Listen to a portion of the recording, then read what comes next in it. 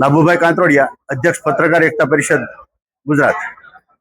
આજે ભરૂચ જિલ્લામાં જિલ્લા અધિવેશન, પણ આ અધિવેશનની વિશેષતા જે અમારું અભિયાન છે કે એક વર્ષમાં 34 જિલ્લાના પત્રકારો જે આ સંગઠન સાથે જોડાયેલા છે એના પરિવારની ચિંતા કરવાનું વર્ષ છે।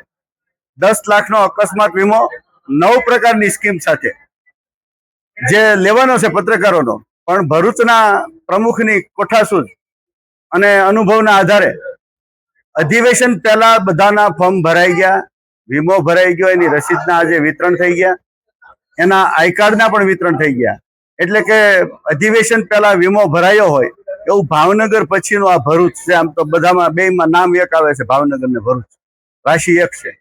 એટલે ભરૂચના આજના કાર્યક્રમમાં વીમો અને ઓળખ કાર્ડ સાથેનો આ કાર્યક્રમ હતો। ભરૂચ સિવાયના જિલ્લાના હોદ્દેદારોએ પણ હાજરી આપી। આમંત્રિત મહેમાનો એટલે નગરપાલિકાવાળા, તાલુકા પંચાયતના પદાધિકારીઓ અને ભરૂચના મંત્રીશ્રી એટલે ગુજરાત રાજ્યના મંત્રીશ્રી ઈશ્વરસિંહ પટેલે પણ હાજરી આપી અને કાર્યક્રમને શોભાયો। સંગઠન વતી બધાનો આભાર વ્યક્ત કરું છું। ભરૂચ જિલ્લાના તમામ તાલુકા અને જિલ્લાના હોદ્દેદારો આ કાર્યક્રમને સફળ બનાવવા માટે જેમણે જેમણે નાનું મોટું યોગદાન આપ્યું છે, એ દાતાઓ હોય, શ્રેષ્ઠી હોય, ઉદ્યોગપતિ હોય, તમામનો આભાર વ્યક્ત કરું છું।